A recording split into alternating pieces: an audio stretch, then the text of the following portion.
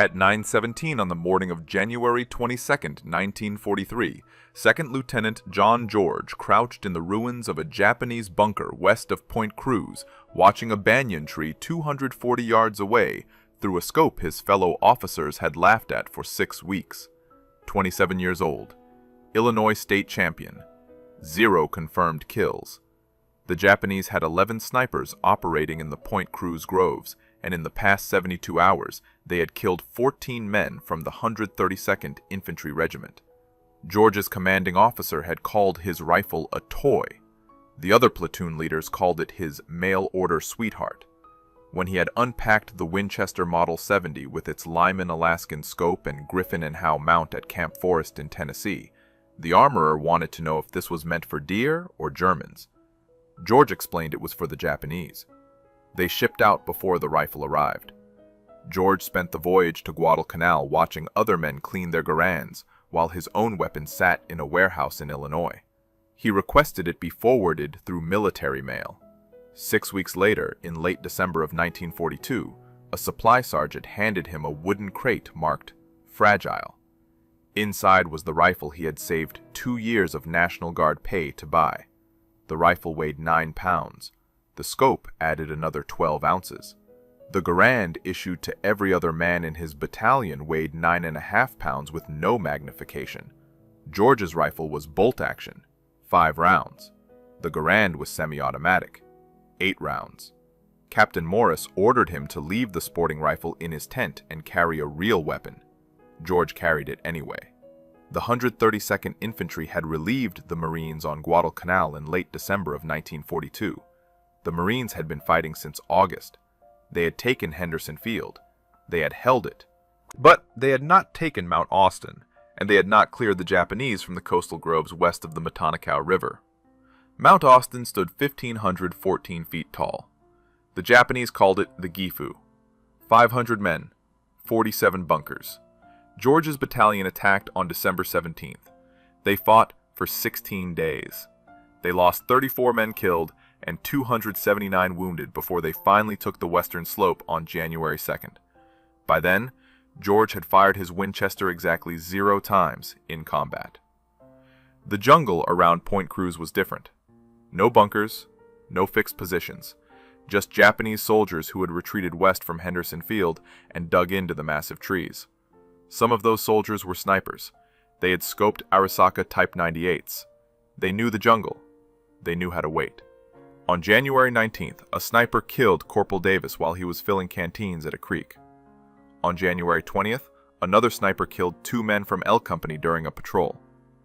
On January 21st, 3 more men died. One of them was shot through the neck from a tree the patrol had walked past twice. The battalion commander summoned George that night. The Japanese snipers were killing his men faster than malaria. He needed someone who could shoot. He wanted to know if that mail-order rifle could actually hit anything. George explained his credentials. Illinois state championship at 1,000 yards in 1939. 23 years old at the time. Youngest winner in the state's history. 6-inch groups at 600 yards with iron sights. With the Lyman Alaskan, 5 rounds inside 4 inches at 300 yards. The commander gave him until morning to prove it. If you want to see how George's civilian rifle performed against Japanese snipers trained for jungle warfare, please hit that like button. It helps us share more forgotten stories like this. And please subscribe if you haven't already. Back to George. George spent the night checking his rifle. The Winchester had been packed in cosmoline for the ocean voyage. He cleaned it again. He checked the scope mounts. He loaded 5 rounds of .30-06 hunting ammunition he had packed in Tennessee. Military ball ammo. The same cartridge the Garand fired. At dawn on January 22nd, George moved into position in the ruins of a Japanese bunker his battalion had captured 3 days earlier. The bunker overlooked the coconut groves west of Point Cruz. Intelligence said the Japanese snipers operated from the large trees in that area, banyan trees. Some of them reached 90 feet tall, with trunks 8 feet thick. A sniper could climb one of those trees before dawn and sit there all day without being seen. George had brought no spotter, no radio man, just his rifle and a canteen and 60 rounds of ammunition in stripper clips. He settled into the bunker and began to watch the trees through his scope. The Lyman Alaskan had 2.5 power magnification. Not much, but enough to see movement in the branches that the naked eye would miss. The jungle was never silent. Birds, insects, the distant sound of artillery. George had learned to filter out the noise and focus on movement. He glassed the trees slowly, left to right, top to bottom. At 9:17 he saw it. A branch moved. No wind, just a small shift. 87 feet up in a banyan tree, 240 yards away. George watched. The branch moved again. Then he saw the shape. A man. Dark clothing, positioned in a fork where 3 branches met. The Japanese sniper was facing east, watching the trail where George's battalion had been moving supplies. George adjusted his scope. 2 clicks right for wind. He controlled his breathing. The Winchester's trigger was glass smooth, 3.5 pounds. He had spent hours adjusting it at Camp Perry before the war. Now he would find out if a civilian target rifle could kill a man trained to kill him first. George squeezed the trigger. The Winchester kicked into his shoulder. The sound cracked through the jungle. 240 yards away, the Japanese sniper jerked and fell. He dropped through the branches. His body tumbled 90 feet and hit the ground near the base of the banyan tree. George worked the bolt. The empty cartridge ejected. He chambered another round. He kept his scope on the tree. Waited for movement. Nothing. The sniper's partner would be close. Japanese snipers worked in pairs, 1 shooter, 1 spotter. If George had just killed the shooter, the spotter was somewhere in that tree or in the trees nearby. George scanned the surrounding banyans. The scope's 2.5 power magnification forced him to search slowly. Each tree could hide multiple men. The jungle canopy created shadows that made shapes impossible to distinguish without careful observation. At 9:43, he found the second sniper. Different tree, 60 yards north of the first. This one was lower, maybe 50 feet up. The Japanese soldier was moving down the trunk, retreating. He had heard the shot and knew his position was compromised. George aimed, led the movement, fired. The second sniper fell backwards off the tree. His rifle clattered through the branches ahead of him. Both hit the jungle floor within seconds of each other. 2 shots, 2 kills. George reloaded his Winchester from a stripper clip. His hands were steady. His breathing was controlled. This was no different than shooting at Camp Perry, except the targets shot back. At 11:21, a Japanese bullet struck the sandbag 6 inches from George's head. The impact sprayed dirt into his face. He rolled left and pressed himself against the bunker wall. The shot had come from the southwest, different direction than the first 2 snipers. George waited 3 minutes before moving. He inched back to his firing position and glassed the trees to the southwest. The shooter would have moved after taking the shot. That was basic sniper doctrine: shoot and relocate. But in a jungle this dense, relocation options were limited. George found him at 11:38, third tree from the left in a cluster of 5 banyans, 73 feet up. The Japanese sniper had repositioned to a different branch, but remained in the same tree. A mistake. George put the crosshairs on the dark shape and fired.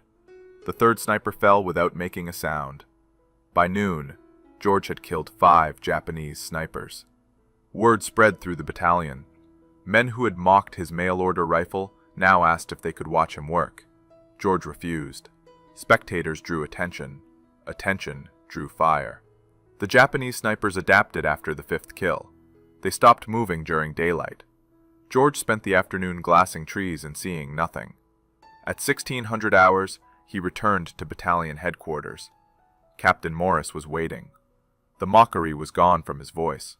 He wanted George back in position at dawn. January 23rd began with rain. Heavy tropical rain that turned the jungle floor into mud and made the trees invisible beyond 100 yards. George sat in the bunker and waited for the weather to clear. The rain stopped at 08:15. By 08:45, enough visibility had returned for work. George spotted the first sniper of the day at 09:12. The Japanese soldier had climbed into position during the rain. Smart. The sound of rain masked movement. This sniper had chosen a tree 290 yards out, longer range than yesterday. Also smart. They were learning his capabilities.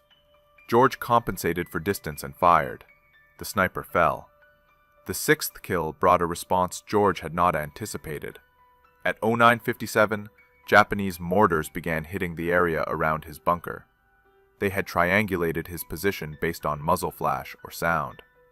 The first rounds landed 40 yards short. The second salvo landed 20 yards short. The third salvo would hit the bunker. George grabbed his rifle and ran. He sprinted north along the tree line and dove into a shell crater as the third salvo hit. The bunker he had occupied moments before disappeared in explosions and flying debris. He relocated to a different position. A fallen tree 120 yards north of the destroyed bunker.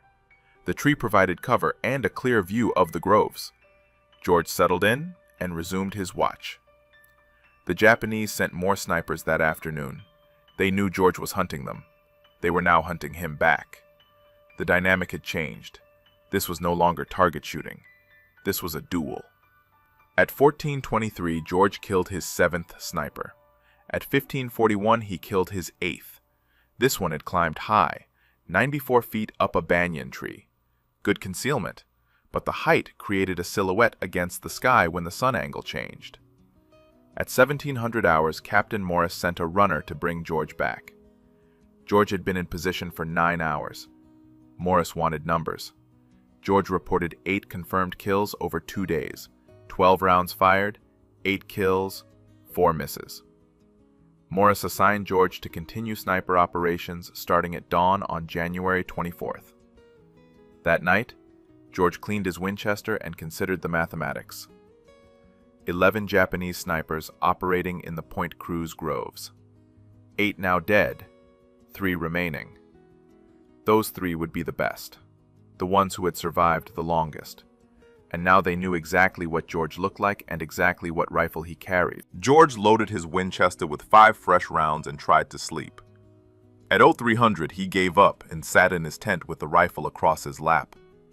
The rain started again at 04:15. By 05:30, it was heavy enough that dawn operations would be delayed. George used the time to move to a new position. Not the bunker, not the fallen tree. Somewhere the Japanese would not expect. He chose a spot 70 yards south of his previous position, a cluster of large rocks the Marines had used as a machine gun nest back in December.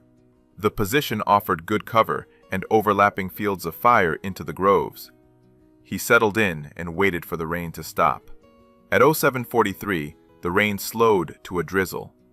Visibility improved. George began glassing trees. At 08:17 on January 24th, he found sniper number 9. The Japanese soldier was positioned in a palm tree 190 yards out. Low, only 40 feet up. Unusual. Most snipers climbed high for better sightlines. This one had chosen concealment over elevation. The palm fronds created a natural hide that would be invisible from ground level. But George was not at ground level. He was elevated on the rocks. The angle gave him a view down into the fronds. He could see the dark shape of the sniper's shoulders and head. George aimed, controlled his breathing, began to squeeze the trigger. Then he stopped. Something was wrong. The position was too obvious, too easy. George had been hunting snipers for 3 days. He had killed 8 men.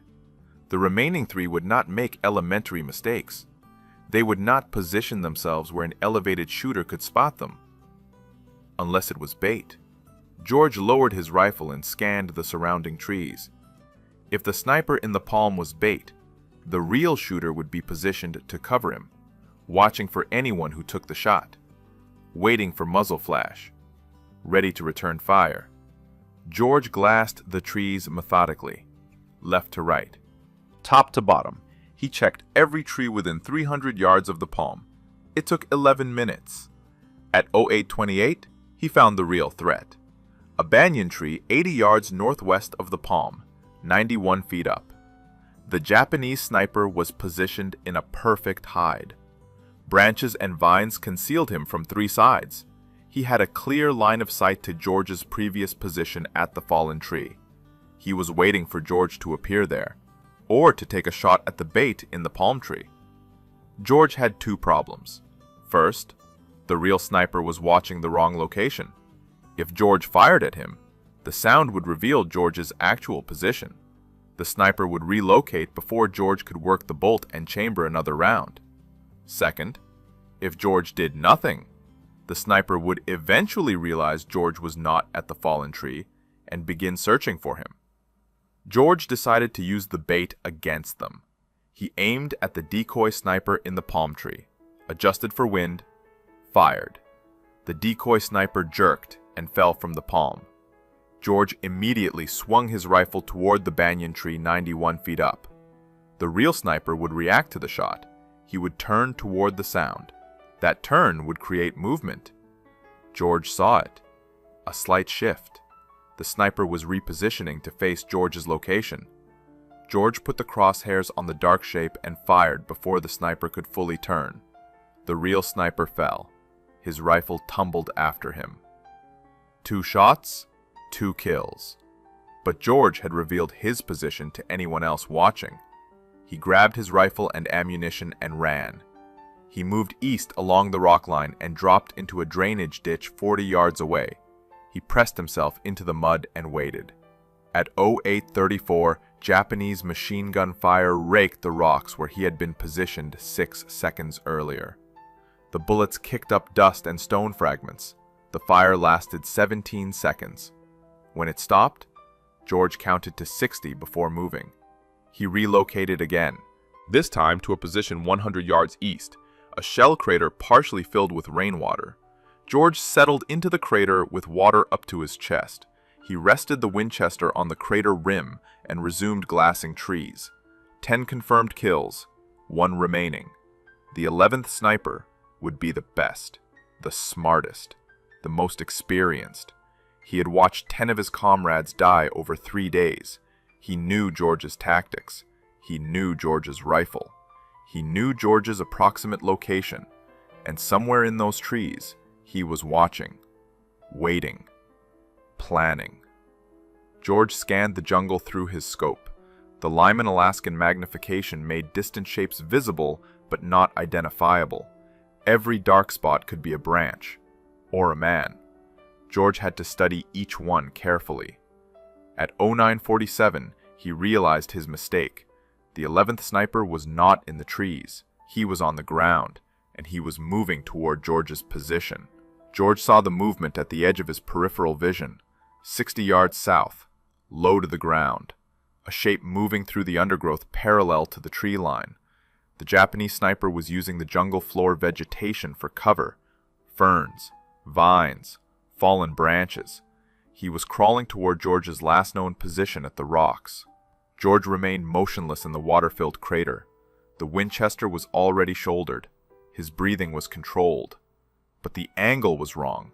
The crater rim blocked his view of the approaching sniper. George would have to rise up to get a clear shot. Rising up would expose him. The Japanese sniper stopped moving at 09:52. He had reached a position 40 yards from the rocks. George watched through his scope. The sniper was studying the rocks, searching for movement, for any sign of his target. George waited. Patience was the primary skill of sniper work, the ability to remain still, to let time pass, to wait for the right moment rather than force a bad shot. At 09:58, the Japanese sniper began moving again. He crawled forward, 35 yards from the rocks, 30 yards, 25 yards. He was approaching from the south side, the side George had used when he evacuated under machine gun fire. George understood the tactic. The Japanese sniper had watched the machine gun attack. He knew George had moved east from the rocks. He was now working his way along the most likely escape route, hunting George the way George had been hunting him. At 10:03, the Japanese sniper reached the rocks. He moved into the machine gun nest and took up a position facing east, toward the drainage ditch, toward the area where George should have relocated. The sniper was now 38 yards from George's actual position in the water-filled crater. But he was facing the wrong direction. His back was exposed. George had a clear shot. Center mass, 38 yards. An easy shot even without a scope.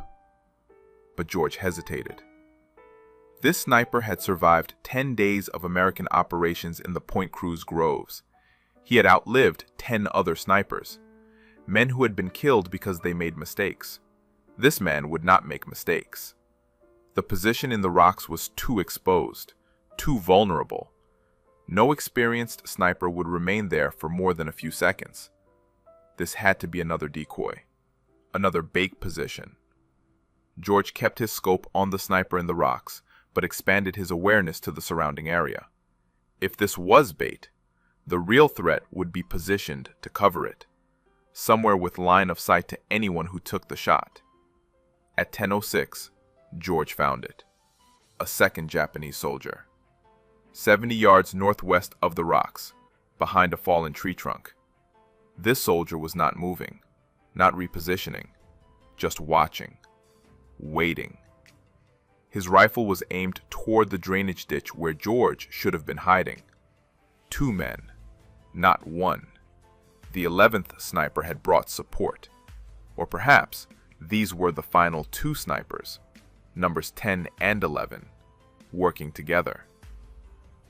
George made his decision. He could not shoot both men before they reacted. The bolt-action Winchester required him to work the action between shots. That gave them time to locate him and return fire. He needed a different approach.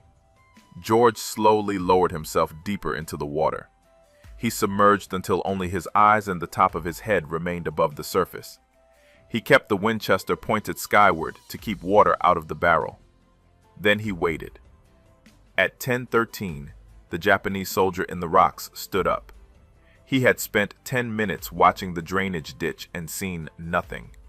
He believed George had moved farther east. He turned and signaled to his partner behind the fallen tree. Both men began moving east, parallel to each other, 70 yards apart. They were executing a sweep, planning to flush George out or find his position. George remained in the water, motionless. The 2 Japanese soldiers moved past his crater. They were now between George and the tree line. Their backs were exposed. George rose from the water, slowly, silently. He brought the Winchester to his shoulder. Water dripped from the barrel, from his uniform, from his face. He aimed at the closer soldier, the one who had been in the rocks, now 42 yards away.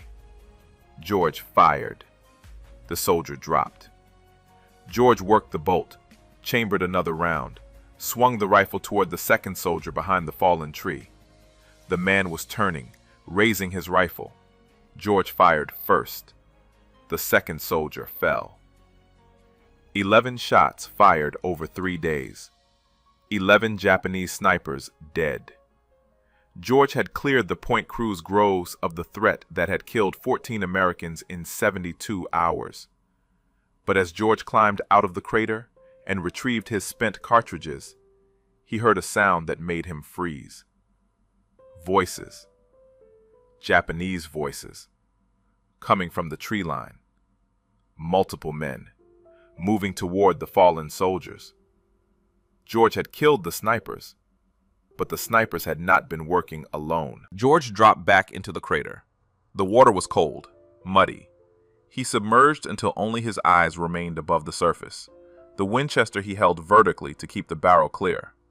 The Japanese voices grew louder. At least 6 men, maybe more. They were moving toward the 2 dead snipers. George heard branches breaking, equipment rattling. These were not snipers. Infantry. A patrol or a recovery team sent to collect the bodies. George counted seconds. The voices stopped at the location of the first body, 42 yards from his crater, close enough that he could hear them clearly even without understanding the words. Then the voices moved to the second body. More conversation, urgent tones. At 10:28, the voices began moving again. Not back toward the tree line, toward George's crater. They had found his tracks. Boot prints in the mud leading from the rocks to the crater. George had been careful about noise and movement. He had not been careful about tracks. George had 5 rounds in the Winchester, 6 Japanese soldiers at minimum. Poor odds for a bolt-action rifle. He considered his options. Stay hidden and hope they passed by, or fight. The voices grew closer. 30 yards, 25 yards, 20 yards. At 10:31, a Japanese soldier appeared at the crater rim. He was looking down, directly at George. Their eyes met. George fired from the water. The soldier fell backward. George worked the bolt while still submerged, chambered another round, rose up. 2 more soldiers were at the crater rim. George fired, worked the bolt, fired again. Both soldiers dropped. 3 rounds left. George could hear shouting. More soldiers moving toward him. He climbed out of the crater on the north side, away from the approaching voices. He ran 20 yards and dropped behind a fallen tree. Japanese rifle fire cracked through the jungle. Bullets struck the ground around the crater, around the fallen tree. The soldiers were firing at movement, at sound, not at confirmed targets. George stayed low. He glassed the area through his scope, saw movement. 2 soldiers advancing toward the crater, 50 yards out. George aimed at the lead soldier, fired. The soldier dropped. The second soldier dove for cover. 2 rounds left. George heard more voices behind him. The Japanese were flanking, one group approaching from the south, another from the east. George was about to be surrounded. He made his decision. He could not win a firefight with a bolt-action rifle against multiple soldiers with semi-automatic weapons.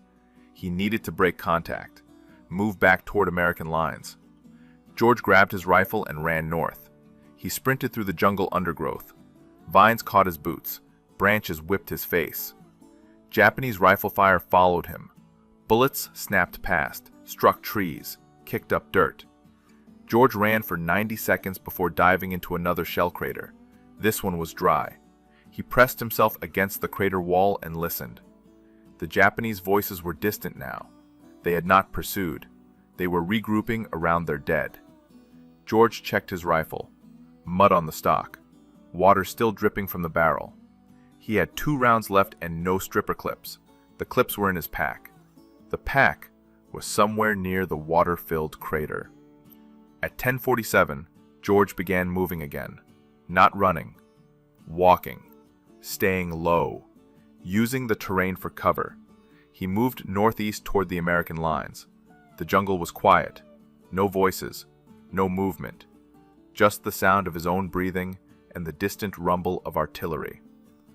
At 11:13, George reached the American perimeter. A Marine sentry challenged him. George identified himself. The sentry let him through. George walked to battalion headquarters and reported to Captain Morris. Morris wanted a full debrief. George provided it. 11 Japanese snipers killed over 4 days. 12 rounds fired against the snipers. 11 hits. Then a firefight with infantry. 3 more kills. 5 total rounds in that engagement. Morris asked about ammunition status. George was down to 2 rounds. Morris asked about the rifle. George said it was functional but needed cleaning. Mud in the action, water in the barrel. Morris told George to clean his rifle and rest. No operations tomorrow. The battalion was moving east. The Point Cruz groves were no longer a priority. The Japanese were evacuating Guadalcanal. Intelligence suggested they would complete the withdrawal within 2 weeks. George returned to his tent. He field-stripped the Winchester and spent 2 hours cleaning every component. Cosmoline and gun oil. Patches run through the barrel until they came out clean. He checked the scope mounts, adjusted the eye relief, loaded 5 fresh rounds. At 1400 hours, word came down from division headquarters. The battalion commander wanted to see George. George walked to headquarters wondering if Morris had filed a negative report. Unauthorized engagement, excessive ammunition expenditure, operating alone without support. Instead, he found Morris and 2 other officers waiting. One of them was Colonel Ferry, the regimental commander. Ferry had one question. Could George train other men to do what he had done? George said he could try, but it would require time, and rifles with optics, and men who could already shoot. Ferry said Division had 14 Springfield rifles with universal scopes, sniper rifles left behind by the Marines, and Ferry had 40 men in the regiment who had qualified as expert marksmen before deployment. Ferry wanted George to create a sniper section, train the men, develop tactics, clear any remaining Japanese snipers from American operational areas. George accepted, but he had one condition. He wanted to keep his Winchester. Ferry approved the request. George kept his Winchester Model 70. The 14 Springfield rifles with universal scopes went to the men George would train. Training began on January 27th. George had 40 men assembled at a makeshift range 2 miles east of Henderson Field. The men were expert marksmen on paper. They had qualified with iron sights at ranges up to 500 yards, but none of them had combat experience as snipers. None of them had killed a man from concealment. George started with the fundamentals: breathing control, trigger squeeze, reading wind. The Springfield rifles weighed 11 pounds with the universal scopes, heavier than the Garand, heavier than George's Winchester. The weight made the rifles stable but tiring to hold for extended periods. George taught them to use any available support: rocks, logs, sandbags. The jungle rarely offered perfect shooting positions.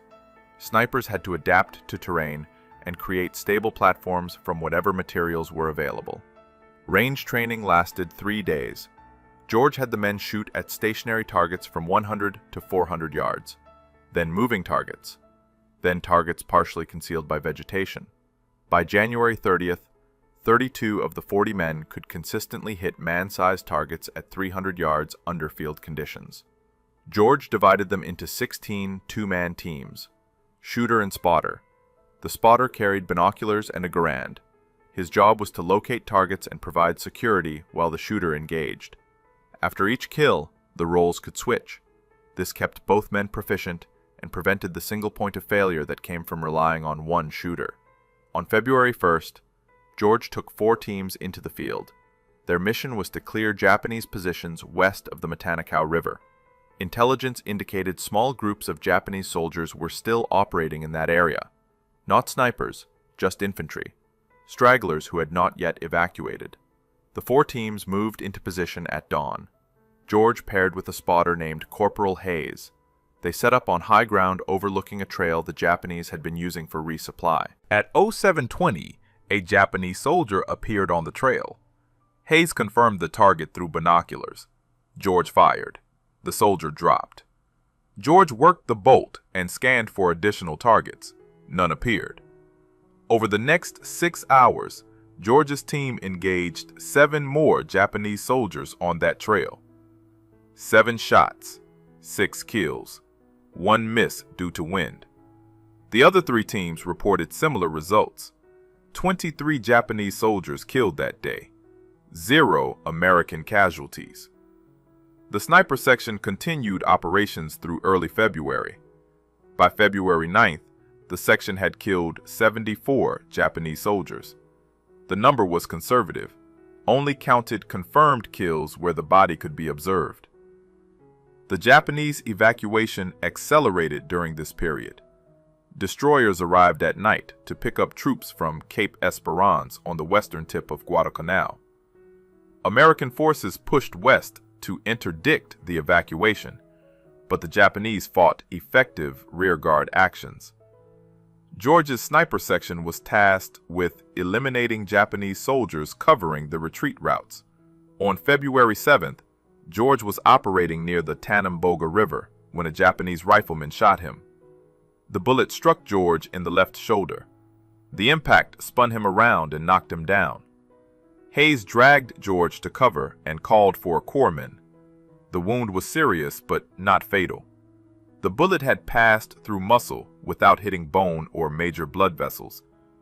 George was evacuated to a field hospital near Henderson Field. Doctors cleaned the wound and sutured it closed. They told George he would recover, but needed rest. No combat operations for at least 3 weeks. George spent 2 weeks at the field hospital. During that time, The Japanese completed their evacuation of Guadalcanal. On February 9th, American forces reached Cape Esperance and found it empty. The campaign was over. George's sniper section had operated for 12 days. 74 confirmed kills, 0 friendly casualties during sniper operations. The section was officially recognized by division headquarters. Colonel Ferry recommended George for a Bronze Star. But George's war was not finished. While he recovered at the field hospital, orders came down from Pacific Command. The Army needed experienced combat officers for a new mission, something in Burma, something classified. George volunteered. By March, George was on a transport ship heading west across the Pacific. His Winchester Model 70 was packed in a waterproof case in the cargo hold. The Lyman Alaskan scope was wrapped in oilcloth. George did not know the details of the Burma mission. He only knew it involved jungle warfare, long-range patrols, operations behind Japanese lines, the kind of mission where a man with a rifle that could hit targets at 600 yards might prove useful. The transport reached India on April 3rd. George and 200 other officers were briefed on their assignment. They would join a new unit. 3,000 men total.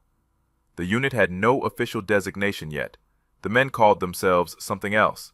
They called themselves Merrill's Marauders. The 5,307 Composite Unit was officially designated on May 28, 1943, but the men had been training since April. Long-range penetration tactics, jungle survival, operations without supply lines. The unit was modeled after British Brigadier Order Wingate's Chindits, small mobile forces that could operate deep behind enemy lines for extended periods. George was assigned to the 2nd Battalion. His role was not officially listed as sniper. The Army did not have formal sniper positions in its table of organization. George was designated as a rifle platoon leader. But Colonel Ferry's recommendation had followed him from Guadalcanal. Battalion command knew what George could do with a rifle. Training took place in central India. The terrain was different from Guadalcanal, but the principles remained the same. Heat, humidity, dense vegetation, limited visibility.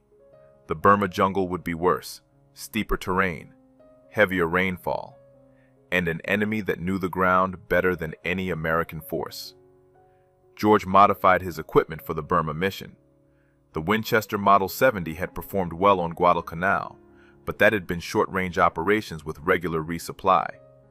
Burma would involve patrols lasting weeks, hundreds of miles through jungle. Every ounce of weight mattered. George removed the Lyman Alaskan scope and replaced it with a lighter Weaver 330. The Weaver had the same 2.5 power magnification, but weighed 8 ounces less. He also replaced the wooden stock with a lighter synthetic version. The modifications reduced the rifle's weight from 9 pounds 12 ounces to 8 pounds 14 ounces. Not much, but over a 2-week patrol carrying 60 pounds of equipment, every ounce mattered. The Marauders entered Burma in February of 1944. Their mission was to advance through northern Burma and capture the Mitkiina airfield. The airfield was critical for Allied supply routes into China. Japanese forces controlled the area with approximately 4,000 troops. The Marauders would approach overland, through terrain the Japanese considered impassable for large forces. Mountains, rivers, dense jungle, no roads, limited trails. The force would carry all supplies on their backs or with pack mules. No motorized transport, no artillery support, just rifles and mortars and the ability to move fast through impossible terrain. George's battalion began the march on February 24th. The first week covered 83 miles through mountainous jungle. Men collapsed from exhaustion. Malaria cases increased daily. The pack mules struggled with the terrain. Several had to be shot when they broke legs on steep descents. By March, the battalion had covered 217 miles. They had engaged Japanese forces 12 times. Small skirmishes, ambushes. Quick firefights followed by rapid withdrawal. The Marauders were not meant to hold ground. They were meant to move, to harass, to cut supply lines and create chaos behind Japanese positions. George used his Winchester 3 times during the march, once at 412 yards against a Japanese officer directing troops at a river crossing, once at 380 yards against a machine gun position, once at 290 yards against a sniper who had pinned down a marauder patrol. 3 shots, 3 kills. George never fired more than once per engagement. The Winchester's report was distinctive, different from the Garand's sharp crack. 1 shot announced his presence. A 2nd shot would give the Japanese time to locate him. George learned to shoot and move immediately. The march to Myitkyina took 3 months. By late May, the marauders had covered over 700 miles. They had lost more men to disease than combat: malaria, dysentery, typhus. The unit that entered Burma with 5,300 men was down to fewer than 3,000 effectives. On May 17th, the marauders captured Myitkyina airfield. The operation was a success, but the cost had been severe. The unit was combat ineffective, too many casualties, too many sick, too much time in the jungle without rest or proper medical care. George survived the Burma campaign, his Winchester survived, but the rifle that had proven so effective on Guadalcanal had been used only 7 times in 3 months of operations. The marauders rarely engaged in the kind of long-range precision shooting that required a scoped rifle. Most combat was close range, ambushes at 50 yards or less, firefights in dense vegetation where you could barely see 30 feet. George realized something during those 3 months in Burma. The Winchester Model 70 was an excellent rifle, perhaps the best bolt-action sporting rifle ever made. But modern warfare was changing. Semi-automatic rifles like the Garand were becoming standard. The next war would require different weapons, different tactics. But there would be no next war for George. Not immediately. By June of 1944, he was evacuated from Burma with the rest of the marauders. The unit was disbanded. George was reassigned to training duties in the United States. He never fired his Winchester in combat again.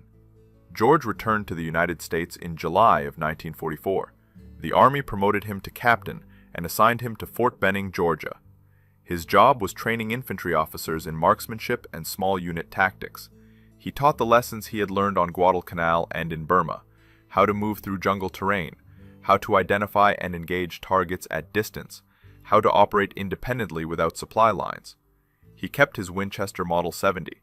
The rifle had traveled from Illinois to Tennessee to Guadalcanal to India to Burma to Georgia. It had killed at least 14 enemy soldiers in confirmed engagements. Probably more. George had stopped counting after Burma. The rifle sat in a footlocker in his quarters at Fort Benning. George rarely looked at it. The war had changed. The Pacific Islands were being retaken one by one. American forces were advancing through France and into Germany. The need for individual marksmen with privately owned rifles was fading. The military was standardizing. Mass production. Interchangeable parts. Soldiers with identical equipment and identical training. George understood the necessity. Modern warfare required industrial scale. But something was being lost. The individual skill. The craftsman approach to soldiering. The idea that a man with the right rifle and the right training could change the outcome of a battle. George was discharged from the Army in January of 1947. Lieutenant Colonel. 2 Bronze Stars, 1 Purple Heart. Combat Infantry Badge. He returned to Illinois and enrolled at Princeton University on the GI Bill. He studied politics.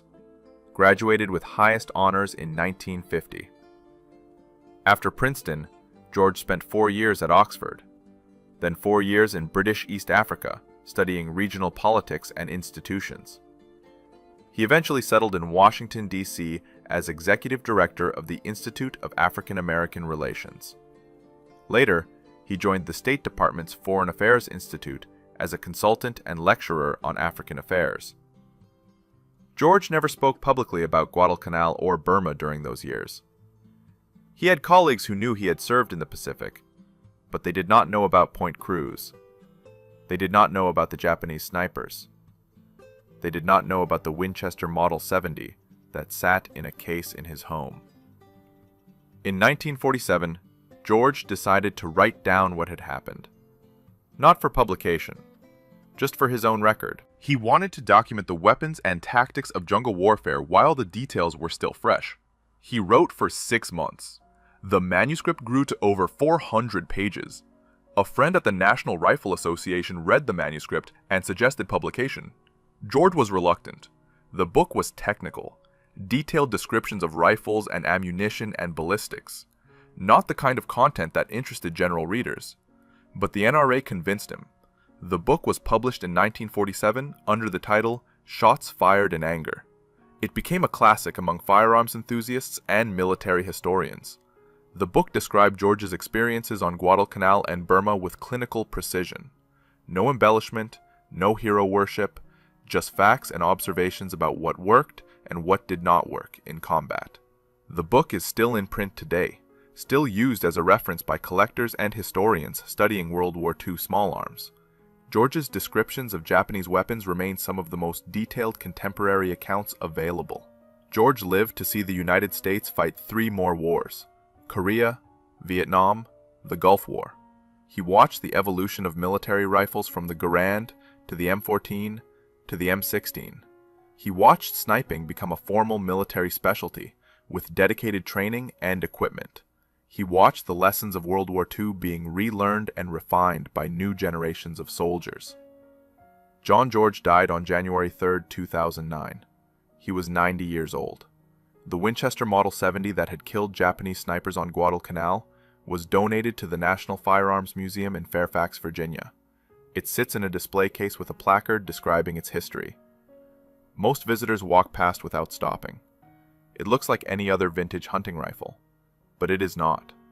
It is the rifle that proved a state champion marksman with a mail-order scope could outshoot professionally trained military snipers. The rifle that cleared the Point Cruz groves in 4 days when an entire battalion could not do it in 2 weeks. The rifle that changed how the American military thought about individual marksmanship in modern warfare. If this story moved you the way it moved us, do me a favor. Hit that like button. Every single like tells YouTube to show this story to more people. Hit subscribe and turn on notifications. We're rescuing forgotten stories from dusty archives every single day. Stories about riflemen who proved themselves with skill and courage. Real people. Real heroism. Drop a comment right now and tell us where you're watching from. Are you watching from the United States, United Kingdom, Canada, Australia?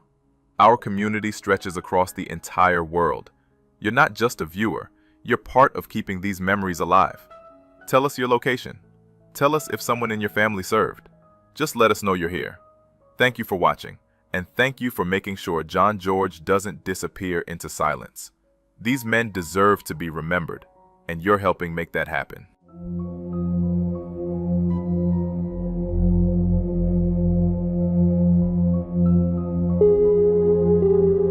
There was a point early in my Marine Corps career where I was assigned to a recon team, and we were being put through a pre-deployment training program that lasted about 12 weeks. If you're radio recon listening, it was the RIP. Long story short, after multiple field exercises, pieces of gear going missing, long patrols, sleepless nights, and all of the BS that we had to put up with, we got the sense that our platoon leadership were complete idiots.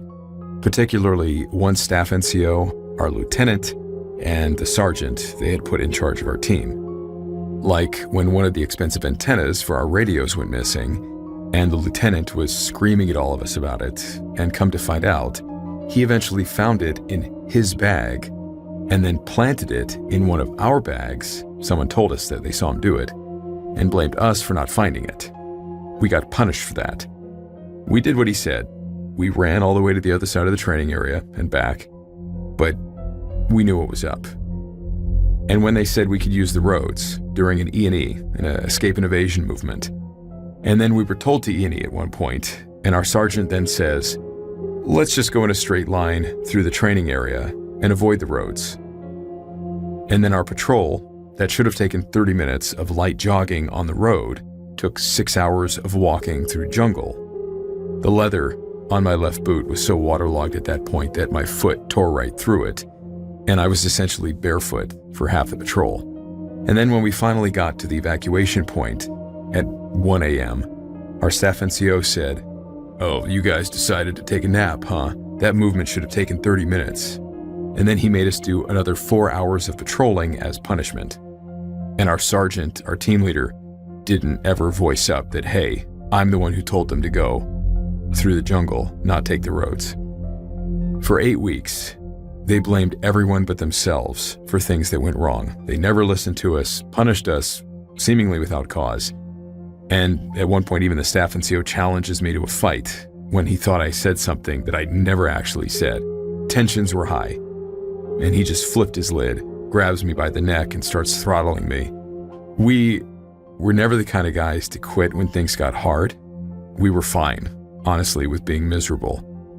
But these 3 guys, they couldn't pour water out of a boot if you printed the instructions on the heel. And then we find out this whole training program was actually a complete waste of time because they had been lying to us about the upcoming deployment.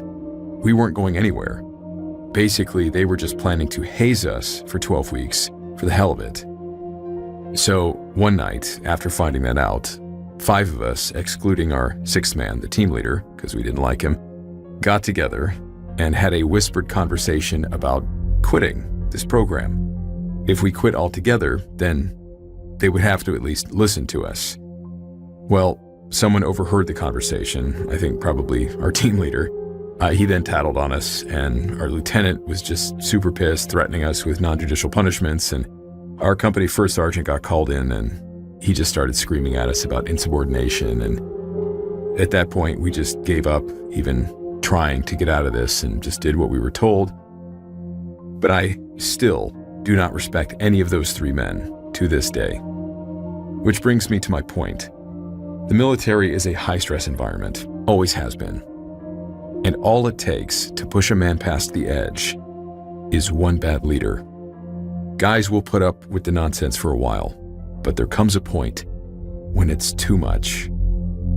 This is one of those stories, but this is one where people died.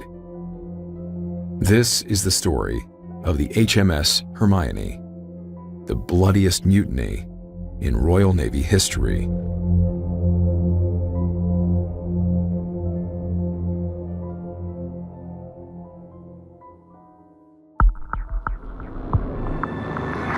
The mist which hangs before you offers you a choice to pass through or to escape. Beyond it are Stories which defy the explanation and fly in the face. of what we know to be real, It is a void of both reality and impossibility.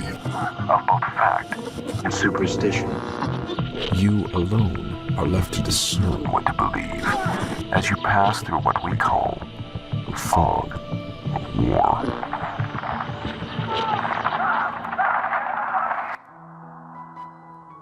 It begins here. From the director of It comes It, Welcome to Derry, the chilling new HBO original series exploring one of horror's biggest terrors, Pennywise the Clown. Set in 1960s Derry, Maine, the new HBO original series premieres Sunday, October 26th on HBO Max, and listen to the official It, Welcome to Derry podcast wherever you get your podcasts.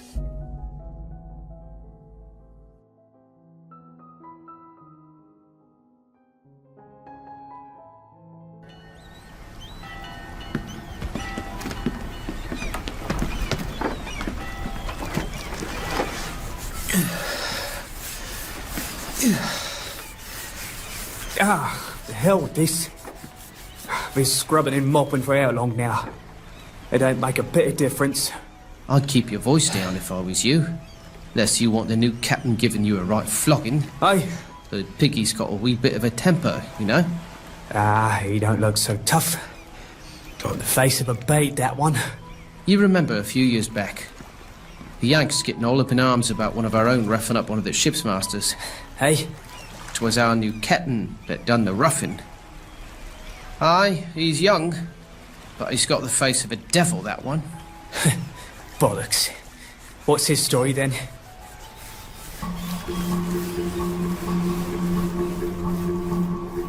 Towards the end of the 18th century, the world was in a very interesting place. The French Revolution of 1789 had thrown the world into total chaos. The French people rebelled and murdered their own royal family, and people all over Europe were beginning to challenge the monarchies that had ruled over them for hundreds of years. Of course, you can't have a revolution without war. And as the British Empire and its allies attempted to contain the French Revolution and its ideals, it wasn't long before the fighting in Europe went global. By February 10, 1797, the islands and seas of the West Indies, better known as the Caribbean, had become a battleground. Britain, France, and Spain were fighting for control of the region. With privateers joining the fray and a revolution on Haiti happening at the same time, it was one of the most dangerous regions on Earth outside of war-torn Europe. But for the men of the 36th gun frigate, HMS Hermione, it was just another day in the Royal Navy. Docked in Jamaica's Port Royal, the crew of around 180 men were busy preparing their ship for the next assignment. They'd be patrolling the waters of the Mona Passage between the Dominican Republic and Puerto Rico, a popular route for Spanish privateers. Some of the newer crewmen were excited about the coming action and all the potential spoils of war, but others weren't as enthusiastic. Their Hermione had a new captain. He was young, only in his late 20s, but he already had quite a reputation in the Navy, and it wasn't a good one. His name was Captain Hugh Piggott.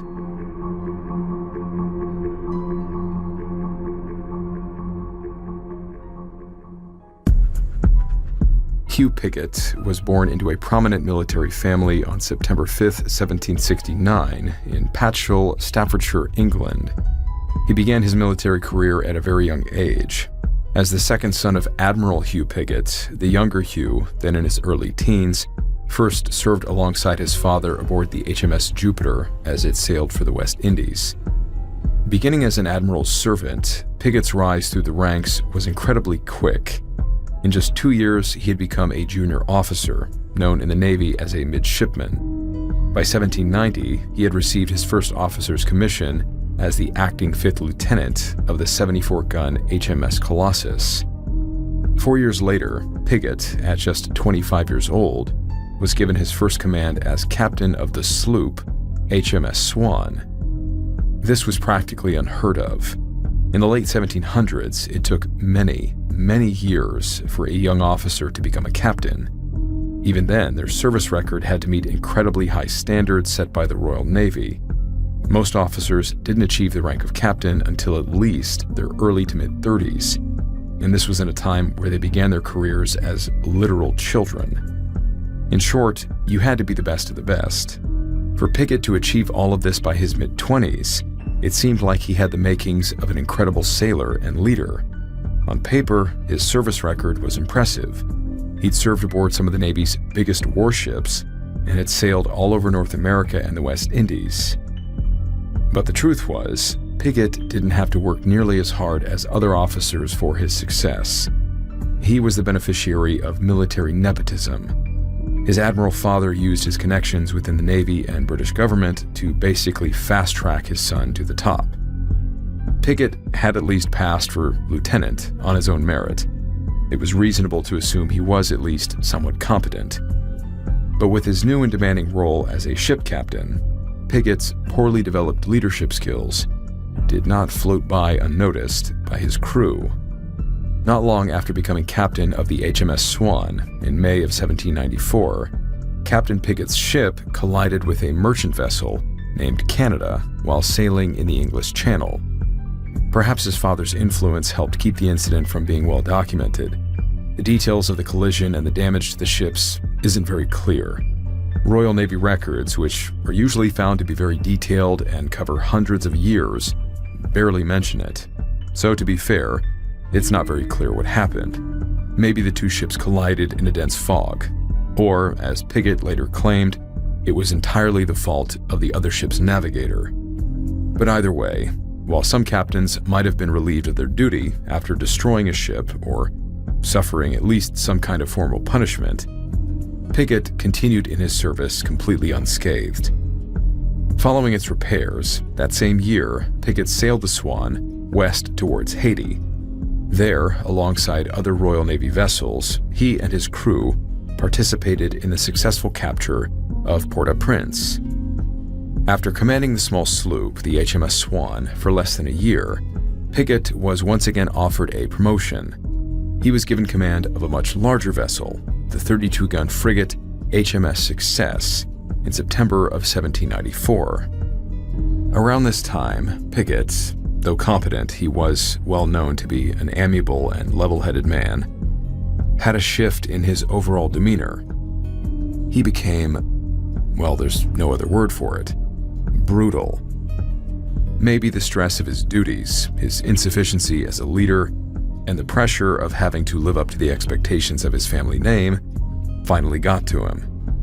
Or maybe he was just a kind of insufferable man-child who thought that his father's influence would let him get away with anything. It's not an uncommon experience in military life to have a fresh, baby-faced officer show up to a new command, fresh out of officer school, and start to talk down to the enlisted ranks, even though he's the new guy, and they've been on the job for years. Maybe that's what happened here with Piggott. Now commander of a ship that was manned by battle-hardened men who had far more seafaring experience under their belts, maybe he felt the need to immediately establish the pecking order, and maybe he got carried away with it. I learned this mistake myself, but poor leadership is often marked by a man resorting to shouting and violence, thinking that is what will earn him respect. Bad leaders don't like to listen. They tell you what to do and how to do it. In the military, experience would tell me they are often the kind of men who are supremely concerned only for their own welfare. They have no respect for the men under their charge, and the feeling eventually goes both ways. Whatever Piggott's reasoning was, the crew of the HMS Success was not fond of their new captain's personal brand of cruelty, not least because he was placed in a position of authority over them and was supposed to be looking out for them, not abusing them.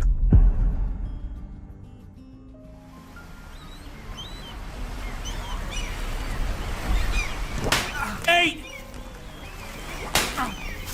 9! 10! 11! 12! The life of an average Royal Navy sailor was harsh and unforgiving. Naval officers definitely had their own kinds of hardships, but they also got to enjoy certain perks that came with being of a higher rank and social class. It was different for enlisted sailors.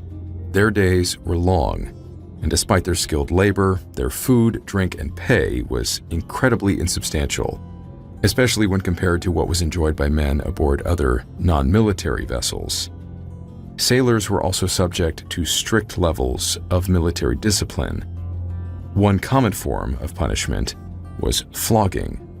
A sailor would be restrained over the ship's gangway and whipped a number of times across the back. The number of lashes was ordered based on the severity of their offense. Now, sailors were not exactly strangers to poor conduct. They got drunk, started fights, talked back to their commanding officers, and wound up in trouble on a regular basis. These are war-fighting men, after all. For the crew of HMS Success, flogging was nothing new. Not that they were receiving floggings often, but they weren't unheard of. But when Piggott took command of the HMS Success, he took corporal punishment far beyond what was necessary. Piggott repeatedly demonstrated an explosive temper. He ruled over his men like a tyrant. Within the first year, he had ordered a staggering 85 floggings, meaning that half of his crew had been lashed at one point or another. What's more, his crew started to realize something. It was almost as if their captain enjoyed terrorizing them. Flogging was one of the more extreme forms of punishment, but Piggott seemed to consider it reasonable to use it on his men for even minor offenses. In April of 1795, a sailor was given 24 lashes for trying to incite mutiny, which was a serious crime. But 3 other men also received 24 lashes, and their crime was being found drunk on the job. Hardly a comparable offense. Although the military has admittedly become less brutal over the years, In a conventional military setting, there are structures in place to prevent this kind of wanton abuse. If an officer or senior enlisted man is doing something unbefitting of their rank, their subordinates can report it, going over their head, so to speak.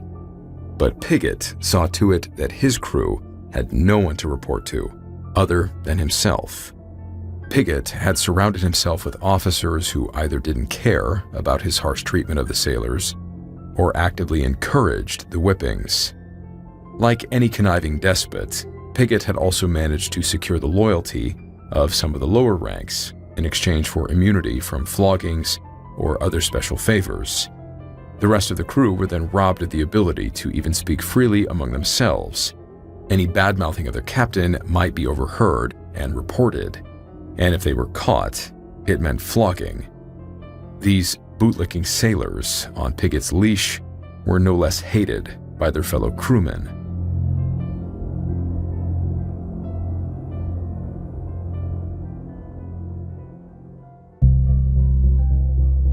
Aside from the growing hatred of most of his crew, it wasn't long before Piggott's hot temper and lack of skill created even larger problems for him. In July of 1795, while sailing just off the Dominican coast, Piggott once again collided with another ship. This time, it was an American-flagged merchant vessel called the Mercury. Like with the Canada collision, the details aren't well documented, but we do know that after the ships made contact, Piggott ordered the Mercury to stop and prepare to be boarded. He then crossed decks and took with him a detachment of Royal Marines. Piggott was furious and got into a heated argument with the American ship's captain, accusing him of deliberately putting both of their ships in danger. We don't know exactly what the American captain said, but he clearly had a very different opinion of what had just happened, and he wasn't afraid to let this hot-headed English captain know about it. Now, remember, Piggott had basically been handed everything in his life. He wasn't used to not getting his way. It's hard to tell what he was hoping to get out of this interaction. Possibly, he wanted to keep up his tough facade in front of his men and not lose face, or he was just trying to pass off the blame for yet another massive mistake. But when the Mercury's captain refused to back down, Piggott's anger reached a boiling point, and he did something rather shocking. He ordered that the American captain be restrained, stripped to the waist, and flogged. Naturally, this enraged the Mercury's crew, who were unarmed, and were held back by the armed Royal Marines. When the Mercury returned to port, news about what had happened quickly spread, and when the American press caught wind that a Royal Navy captain had unlawfully restrained and assaulted an American captain, the entire country went into an uproar. The American Revolution had ended just over a decade before this. British and American relations had remained tense, and Piggott's emotional outburst only made these tensions worse. With American newspapers comparing Captain Piggott to villains like Nero, Robespierre, and Blackbeard, King George III ordered the Admiralty to launch a formal inquiry into Piggott's conduct. The king already had his hands full in Europe, and the last thing he needed was another war breaking out with the Americans. Piggott was relieved of his command of the HMS Success and spent the better part of the next year on dry land as the investigation into the incident and his conduct was made. But it appears that in the end, Piggott was once again able to leverage his family's influence. During the formal hearing, he was given permission to call only his most faithful officers to testify on his behalf. All it took for Piggott to be fully acquitted by the naval judiciary was to make a simple apology. Once again, Piggott managed to escape punishment unscathed. His crew might have hated him, but his public reputation was still intact. If anything, the experience seemed to make Piggott only more confident that he could do whatever he wanted. Far from being humbled by his mistakes, soon enough, Piggott was rewarded with another command. This time, he was assigned to the 36-gun frigate, HMS Hermione. He brought some friends with him, 24 of his most trusted men, who had served with him on the HMS Success.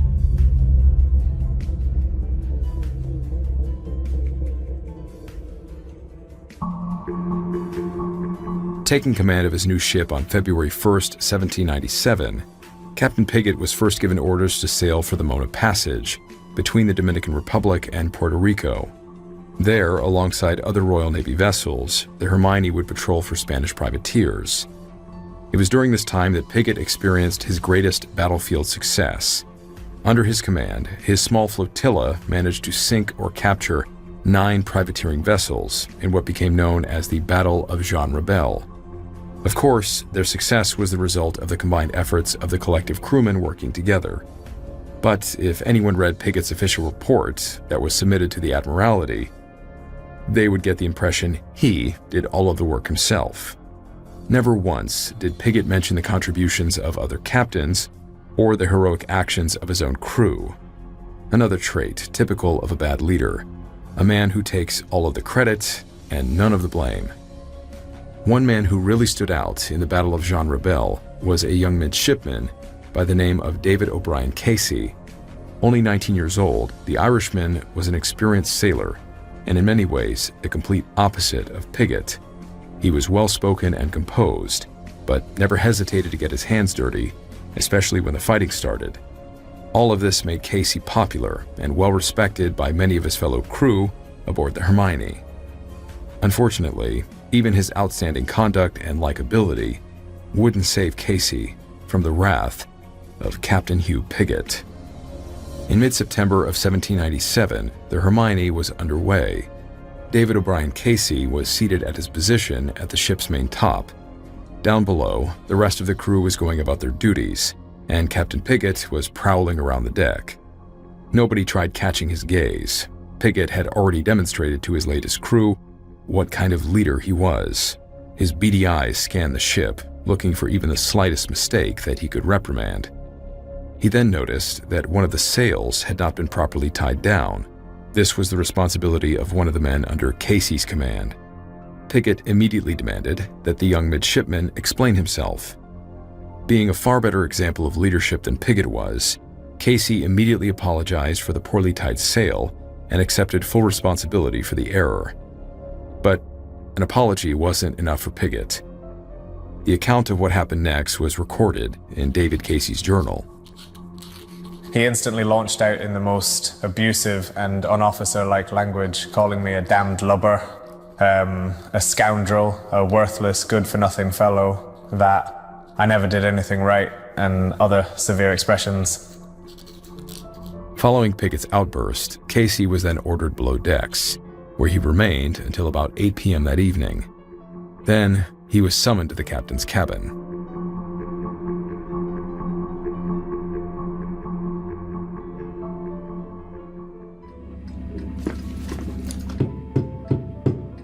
Enter. Report as ordered, sir. Yes. Terrible business that was today, Mr. Casey. Terrible. I expected more from you, though I suppose the real mistake was expecting anything of worth from a petty. Sir, again, I apologize and take full responsibility. Did I say you could speak? Tomorrow morning, the crew will gather on the quarterdeck, where they will find you on your knees, begging my forgiveness. Is that clear, Mr. Casey? Sir? If I did not go down on my knees the following morning publicly on the quarterdeck, he would flog me most severely and in the most degrading way possible. Casey might have been a humble man, but he refused to be humiliated by Piggott. Unfortunately, Piggott made good on his threat. The following morning, Hermione's crew watched as the young midshipman was flogged by the captain himself. To add insult to injury, Piggott then announced he was stripping Casey of his rank and demoting him. Within less than a year since he first took command of the HMS Hermione, Captain Piggott's conduct had turned the ship into a pressure cooker. Most of the crew had already been flogged for one reason or another. One poor sailor, a man named Michael Shetty, had been flogged on 5 separate occasions. The men were at their breaking point. After the humiliation of their midshipman David Casey, there was a shift in the crew's demeanor. whispers of mutiny began to spread. But the crew knew that any attempt at peaceful protest would likely be met with violence by their captain and the kowtowing officers who sided with him. So, for the time being, they swallowed their anger and decided to keep their heads down. This would last only about a week. When out at sea on September 20th, HMS Hermione was struck by a sudden squall. Piggott ordered the topsails be reined in. The topmen, working high above on the ship's masts, quickly got to work as the ship was being rocked by the strong winds. But the men didn't work fast enough for Piggott. In his frustration, he declared that the last man to make it down from the sails would be flogged. Hearing this, the young sailors working in the masts high overhead scrambled to complete their tasks. But then, as they attempted to scramble down the ship's rigging, 3 of the top men lost their footing. They fell from a height of more than 50 feet, crumpling onto the deck below. The crew rushed to help, but it was already too late. The 3 men were dead. The crew looked to their captain. They knew the men had died to avoid being flogged. They weren't negligent. They were scared. The crew was sickened by the complete lack of expression on Piggott's face. He showed absolutely no remorse or concern for the 3 men now lying on the deck. Instead, Piggott scoffed and gave the order to simply throw the lubbers overboard. He wouldn't even give the men a proper burial at sea. Those who tried to argue against his orders were flogged. As the storm raged, the crew had no choice but to lift the bodies of the 3 sailors off the deck and carry them to the railing. They were then unceremoniously dumped over the side. The squall passed. The men went to work scrubbing their friends' blood off the deck. They finished just before sunset and turned into their sleeping quarters, or at least some of them did. While half the crew slept soundly in their hammocks, a group of about 18 men gathered on the ship's forward deck. They passed around bottles of stolen rum while they talked in hushed, angry tones about their captain. Piggott's crew was now certain about something. Their captain was no captain. They weren't even sure if he was human. The rum gave them all the courage they needed. The men decided they would split into 3 groups. One would head for the ship's armory. Another would go up to the main deck. The larger group would head directly to Captain Piggott's cabin.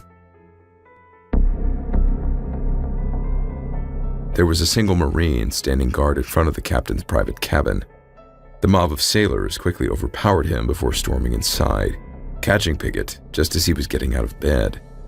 The dagger he then brandished at them was almost symbolic of his own leadership. Small, weak, and useless. He begged the men for mercy. They showed him as much as he had, knocking him to the floor and pummeling him with their fists, boots, and knives. Captain Piggott, now ragged and bloody, screamed for mercy and was then hurled out of his cabin window. He fell screaming into the ocean below. From there, all hell broke loose. As the captain was being beaten and thrown overboard, most of Hermione's crew were completely oblivious, fast asleep in their hammocks. But David O'Brien Casey recalled the scene as the mutineers then began rampaging through the ship. With wild, indescribable noise and shouting, no resistance being made in any quarter, the ship was instantly in possession of the mutineers, and the captain, second and third lieutenant, and a midshipman at once murdered in the most savage and cruel manner. The party that attacked the captain knocked down the sentry at the door and attacked the captain as he jumped out of bed, all taking a cut or a stab at him according to the weapons they were armed with. It was a total bloodbath. The officers were caught off guard, and those who weren't immediately murdered were restrained and brought to the captain's cabin. Even the junior midshipmen weren't spared. One was just 14, but he was known to be a bit of a snitch. By this point, everyone was awake, and their reactions to the sudden mutiny were quite mixed. Many were enthusiastic and eagerly joined on the rampage. Others, shocked by the level of unhinged violence, stayed out of it. But regardless of their stance, the entire crew was now complicit in the mutiny. Even if they weren't directly involved with the violence, they weren't trying to stop the mutineers, who were now calling the shots. Guiding the Hermione away from other nearby Royal Navy vessels, the crew then gathered on the deck and organized what can only be described as a kangaroo court. One by one, the surviving officers were dragged before the crew, who then debated on whether or not to kill them. During these heated arguments, it became clear that the mutineers were more or less divided into two groups. On one side were the extremists, who, staggering from copious amounts of rum, wanted to kill anyone wearing an officer's uniform. On the other side were the more level-headed, sober men who wanted to avoid any further bloodshed. Despite their protests, the calmer men weren't able to prevent the drunken ones from carrying out a number of executions. One of the men killed was the ship's Marine commander, Lieutenant McIntosh. The man was already dying of yellow fever, but that didn't stop the bloodthirsty mob from dragging him out of bed, stabbing him to death, and hurling his body overboard. Even David O'Brien Casey, who was well liked by many, wasn't completely safe. The officers were brought on deck as their fate was decided. Some were wounded and thrown overboard, and others thrown over unhurt. The language, noise, and scene altogether was horrible and not to be described. My life was repeatedly debated. I was afterwards told by my friends that I was twice or thrice condemned and on the point of suffering, and that it was with the greatest difficulty I was saved. 2 or 3 of them always kept near me as a protecting guard and removed me occasionally from place to place for more certain safety. When all was said and done, the mutineers had murdered 10 more of their officers and midshipmen. Some of them, such as the ship's navigator, surgeon's mate, and chief carpenter, were spared, given their unique skill sets. When the heat of the situation had finally worn off and cooler heads prevailed, the crew of the Hermione were then faced with another major issue. They were no longer Royal Navy sailors. They were outlaws and murderers, and even those without actual blood on their hands were every bit as guilty. They could never return to England or anywhere under the British flag. So they struck their colors and set course for the port of La Guaira in Venezuela, which was then under the control of Spain.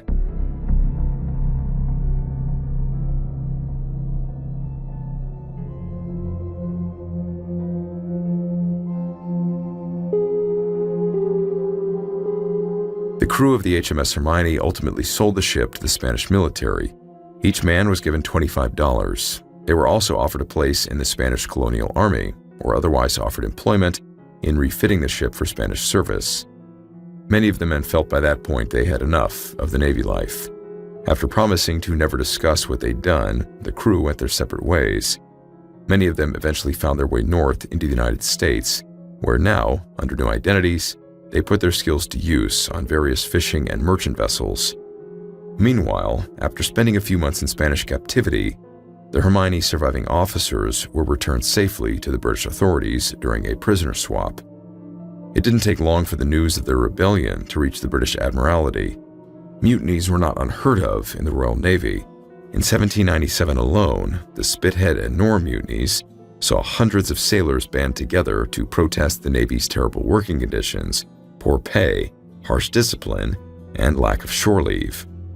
The sailors of Spithead were actually successful at getting the Admiralty to the negotiating table. But these were peaceful and organized protests. What happened aboard the HMS Hermione was completely different and set a dangerous precedent for the entire Navy. They couldn't just let the incident pass by unchecked. So the British Navy launched a worldwide manhunt to find the mutineers and return them to England to stand trial. They also sought to recover their lost ship from the Spanish Armada. The British would eventually recapture the Hermione 2 years later during a raid of Puerto Cabello in Venezuela, but most of the ship's crew would escape being hanged. Of the roughly 180 men aboard, only 33 of the ship's original British crew were captured and tried for their part in the mutiny. 24 of them would be put to death, with the others either being pardoned or sent to prison. The Navy High Command's main goal was to punish the mutineers, but it became clear through the testimony of both the crewmen and surviving officers that the primary cause of the mutiny was Captain Piggott and his unnecessary cruelty. The mutiny on HMS Hermione highlighted the dangers of the unchecked authority a commanding officer held when at sea, and led to widespread calls for social reform within the Royal Navy. This eventually did result in better oversight and regulation of corporal punishment aboard ships, which helped lay the groundwork of more modern and fair disciplinary codes, one of which was the removal of flogging.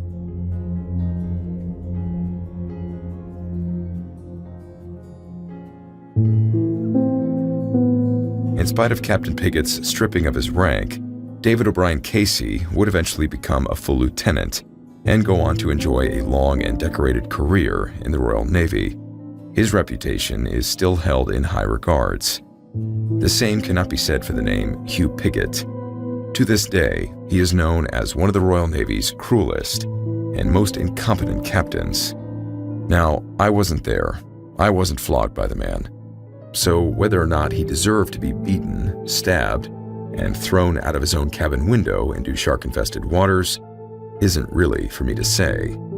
God will judge Hugh Piggott for himself. His crew simply arranged the appointment. But what I do know is this. I've known a few incompetent leaders in the military, and Captain Hugh Piggott sounds every bit like the kind of man who causes good men to leave the military and say they are happy they left. It's rarely ever the work we had to do, or even the miserable conditions. We laugh about those. But it's always the terrible leaders that we got stuck with who made our lives unbearable. And some days, I think throwing them out of a window might have crossed our minds.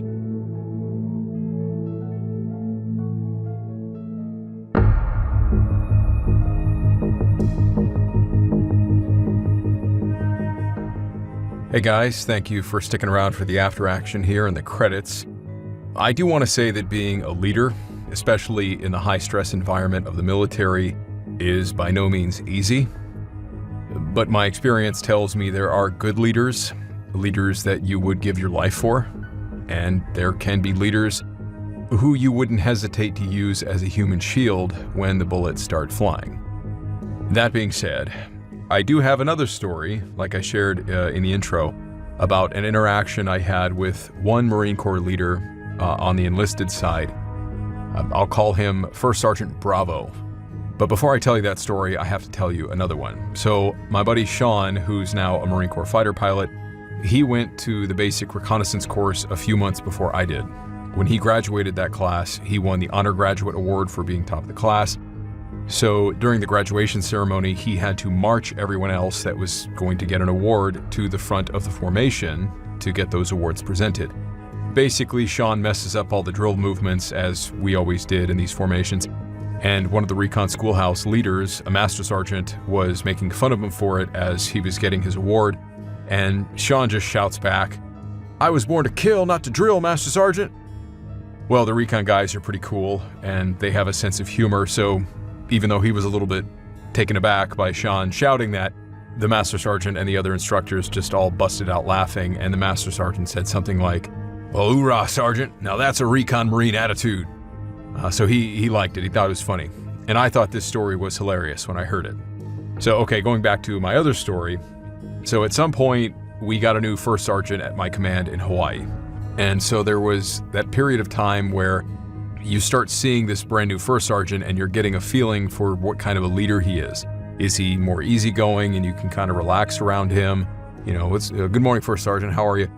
Or is he like super uptight and by the book? First Sergeant Bravo was super hard for me to get a read on. He was always professional, he had a very commanding presence, but for the first few weeks that I interacted with him, I always felt like he had a few walls up. It was hard to explain, but he just didn't seem that approachable.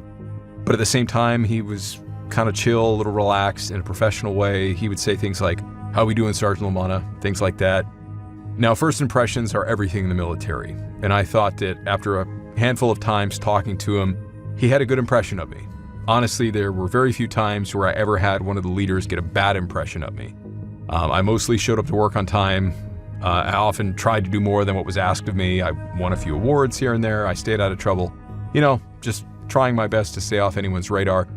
Speaking of good behavior, so I had just hit my 3-year mark of time in service, and I was being awarded my first good cookie, the Good Conduct Medal. That's funny, isn't it? They actually give everyone an award for not getting into trouble for 3 consecutive years. So it's like Friday morning, they're doing the award formation. I'm the only sergeant in this group of like 5 or 6 Marines getting promoted, so I'm the senior rank. And so like Sean, I now have to march this group of Marines around the back of the formation to the front and then halt in front of the company commander and the first sergeant to then receive our awards. And like Sean, I haven't practiced drill since boot camp. I totally messed it up. Called basically all the turns on the wrong step, halted at the wrong time. I think I said left face instead of right face. I probably saluted with my left hand. I was just flustered. It was embarrassing. So I'm the first one to receive my medal. So they read the citation, "To all who shall see these presents, greetings," and whatever they said. And First Sergeant comes up to me to pin the medal on my left breast pocket. And as he's pinning it on, he's kind of laughing. And he says, under his breath, he's like, "Damn, Lamanna, you're like 0 for 10 on drill movements today." And I'm instantly reminded of what happened to Sean at the recon course. And thinking I at least had built some level of rapport with this First Sergeant, I confidently thought that I could crack a joke with him. And so I said what Sean said, thinking it would be hilarious. "I was born to kill, not to drill, First Sergeant." The look on his face when I said that, I mean, he went from laughing to looking like I had just slapped him. No, like I just slapped his mother. He glares at me for a second, and then he steps over to the next Marine, still staring at me, starts presenting this other Marine's award, like still looking at me. And then after a couple Marines, he walks back over to me, and he's now seething through his teeth, and he's like, "Come see me in my office after this formation, Sergeant." Oh boy. So the formation ends, I immediately pull my platoon commander aside, because I can't go into my workspace, and I tell him, "Sir, First Sergeant said he wants to see me in his office right away." My lieutenant asks why, so I start quickly explaining. My lieutenant was about to say something, and then across the parking lot, I hear somebody screaming, "Sergeant Lamanna! My office, now!" My lieutenant looks at me like, "Oh wow, yeah, he's mad, you should go." So I run to the company office, which was basically a trailer on concrete blocks. I step inside, I walk over to where First Sergeant Bravo's office is. The door is open, he's sitting behind his desk, and I kind of tap on the door gently, and I'm like, "First Sergeant, you wanted to see me?" Immediately starts screaming, "How about you report in like you're effing supposed to?"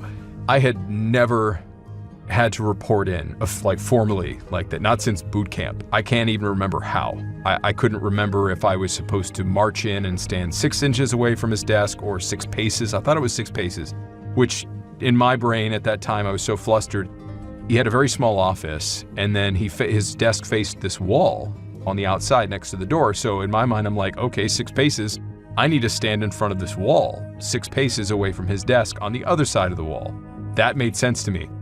I just went and stood in front of the wall and then said to the wall, "Good morning, First Sergeant. Sergeant Lamanna reporting is ordered." At this point, he can't even see me. He just hears me yelling from outside the office, and I think me standing on the other side of the wall, he just got even more pissed off, and he screams and says, "Just get the F in here." I run in, he tells me to close the door, and I move to a position of attention in front of his desk. And then he sees that I'm actually still wearing my Good Conduct Medal. It was like the greatest irony, right? That I'm getting screamed at, and I'm wearing my Good Conduct Medal still pinned to my. "Take that effing thing off your chest." It's like paper clipped on. Like I'm supposed to have taken it off already, but I've just completely forgotten about everything at this point. So he is fuming. He lays into me. "Who the F do you think you are? And who the F do you think I am? And F this and F that." And I honestly have no idea what he's even mad about.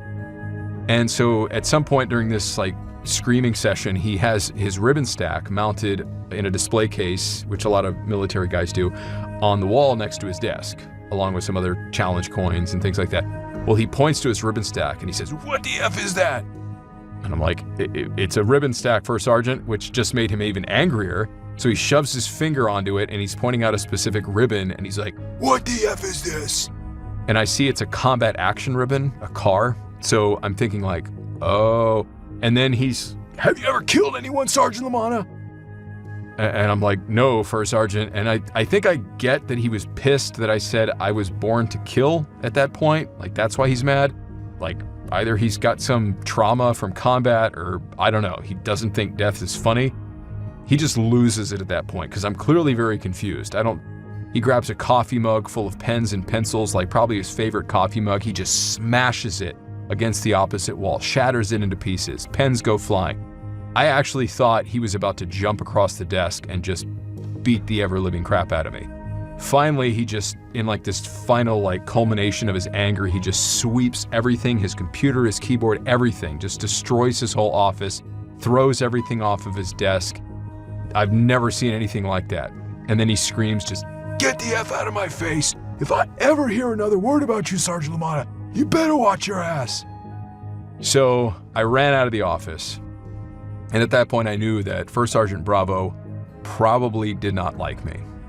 And he was the one person in my command who thought I was the most arrogant Marine with an attitude problem. And I just couldn't go near him. It was just awkward every time that we saw each other. Well, that didn't last more than 6 months, because soon enough, I went to the basic recon course like Sean had. It's about maybe 3 months long. And while I was there, my platoon sergeant called me to ask about that time First Sergeant called you into his office and yelled at you. And so I told this guy, Staff Sergeant Jackson, you out there, Jackson, you hearing this? And he said, "Okay, got it. Thank you for telling me." And I asked him, why are you calling? Like, why is this important? Because this is like months later. And I basically got the gist that there was a command investigation happening back in Hawaii while I was gone. There were apparently other problems with command leadership. I think another Marine had a family member who was dying, and so he put in a leave request, and the company commander, the first sergeant, basically refused to let him go home because they had training to do or something to like visit his dying family member. Well, this got reported up the chain of command, which then started the investigation, and then my name got brought up. I guess this screaming session got talked about. I mean, we got screamed at. Like, I didn't really think it was a big deal, but I guess it was kind of a culmination of different things. Well, anyway, I came back to Hawaii, and First Sergeant Bravo and the company commander, Captain Alpha, had both been relieved of their command, and we had new leadership. I never wanted him to get punished for it. I didn't blame First Sergeant Bravo. I always felt very embarrassed for even thinking I could crack that joke. I just maybe always kind of wondered why he flipped his lid so badly, and I wondered if he had some kind of trauma. Oh, but when Sean heard about what I had said to First Sergeant, trying to copy his joke, and then how I got screamed at for it, yeah, he laughed for a very long time and called me a dumbass. So, yeah, another wonderful leadership story. Please share your own leadership stories in the comments section. I would love to read them. Thank you for listening. Thank you for watching, for subscribing, liking, sharing the merchandise, everything and anything you guys do to help support the channel. I sincerely appreciate it. Everybody here on the team sincerely appreciates your guys' ongoing support. As always, a huge shout out to both our Patreon and YouTube channel members for your incredible support. May God be with each and every one of you, no matter what you are dealing with. And I will see you in the next episode.